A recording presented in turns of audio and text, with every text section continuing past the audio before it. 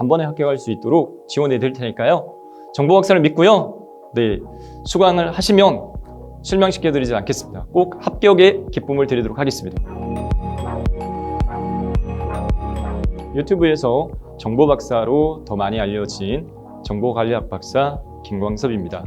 저는 현재 국민대학교 경영정보학부에서 겸임교수로 재직하고 있습니다. 네, 저는 1999년도부터 강의를 시작을 했고요. 정보기술 파트의 다양한 과목들을 강의해오고 있습니다.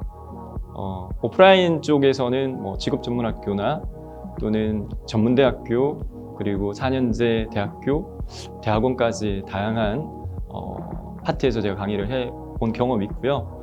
그리고 온라인 쪽에서는 2000년도에 삼성 크레듀 쪽에 또 온라인 강의를 또 진행했던 적도 있습니다. 그리고 최근에는 학점원 행제 중심인 이그린 평생교육원에서 운영교수로도 또 활동하고 있고요. 자격증과 관련해서는 경험이 좀 오래 있습니다. 2000년도부터 국가기술 자격증인 PC 활용능력 자격증이라고 컴퓨터 활용능력 자격증이 모체가 되는 자격증입니다. 네. 국내에 있는 삼성 SDS나 LG CNS, IT 대기업 그룹들이 90년대 중반에는 신규 사원을 뽑아서 자체적으로 컴퓨터를 교육을 했어요. 그걸 없애보자라는 측면에서 라이센스를 만들었는데 그게 PCT입니다. PCT 시험 출제위원은 현재까지도 등록이 되어 있고요. 그리고 인터넷 실용능력 자격시험이라고 또 제가 출제했던 적도 있고 홈네트워크 관리사 그러한 시험도 출제위원으로 활동한 바가 있습니다. 제가 출제한 시험으로도 전국 단위 시험이 치루어진 경우도 있기 때문에 문제 내는 건 굉장히 재밌게 제가 잘 합니다. 2020년부터는 정보처리 기사가 전면 개정됩니다. 주 이유가 있는데요. 정부에서요, 노동부와 그리고 교육부에서 2013년부터 능력 중심적인 사회로 가자. 기존의 학생들이 취업을 하기 위해서는 다양한 스펙을 샀습니다. 5학년 수도 갔다 오고 이렇게 하는데 실제적으로 그 당사자가 취업하고자 하는 분야에 꼭 필요하지 않는 스펙들도 많이 샀는다는 거죠. 그래서 해당 원하는 취업처에서 요구하는 직무 능력만을 중심적으로 해당 능력을 갖추는 게 보다 효과적이겠다, 효율적이겠다. 이렇게 해서 NCS라고 국가 직무 능력 표준이라는 제도를 국가에서 체계화를 했습니다. 그래서 그 NCS를 기반으로 해서 자격시험도 바뀌고 있는데요. 그래서 2020년도에는 기존의 정보처리 기사의 과목이 전면적으로 바뀝니다. 바뀌어서 과목 자체가 NCS의 정보통신 분야의 정보기술 중분류 내에 정보기술 개발 관련된 파트로 응용 소프트웨어 엔지니어링, 그리고 데이터베이스 엔지니어링, 보안 엔지니어링, 그리고 정보기술 관리 파트의 IT 정보시스템 구축 관리 파트에서 총 21개 세부 모듈을 뽑아서 필기시험으로 구성을 하게끔 했고, 그리고 그 21개 내에 다시 12개, 그러니까 결과적으로는 필기와 실기가 공통적인 부분입니다. 필기 과목 21개 중에서 12개를 다시 뽑아가지고 실기 문제 형태로 내겠다 이렇게 돼 있는데, 문제 자체는 기존의 필기 과목 패턴과 같습니다. 필기는 과목당 사지선답형으로 돼 있고, 2020년에 개정되는 과목은 소프트웨어 설계, 소프트웨어 개발, 그리고 프로그래밍 언어 활용, 데이터베이스 구축, 정보 시스템 구축 관리, 이렇게 5과목인데 각각 20문제씩 사지선답형으로 100문제가 출제가 되어지고요. 과락이라는 제도는 그대로 유지가 됩니다. 네, 그래서 과목당 최소 40점 이상씩 득점을 하시고 평균 60점이 되면 합격입니다. 그리고 실기는 말씀드렸던 것처럼 해당 그 5개 과목 내에 21개 모듈 중에 12개만 뽑았어요. 12개를 뽑아서 해당 그 모듈 내에 문제 방식은 아직까지 명확하게 공개는 안 했지만 기존 방식처럼 필답형으로 단답형 주관식과 서술형으로 출제될 예정이고, 2시간 반 시험 시간에 60점 이상 득점하면 합격이 되겠습니다. 그래서 기존의 기출문제로 학습을 하시게 되면 절대적으로 합격할 수 없는 형태로 바뀌기 때문에 바뀌는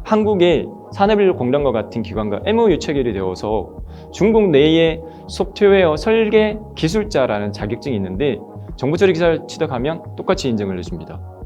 일본에도 소프트웨어 기술 설계자가 있고요. 소프트웨어 설계 기술자가 있는데 어쨌든 정보 처리 기사하고요 똑같이 인정을 해줘요. 국가별로.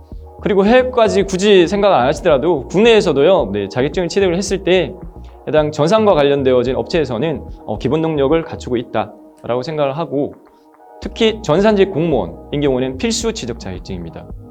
자격증 취득자만 해당 그 전산직 공무원에 응시할 수가 있습니다.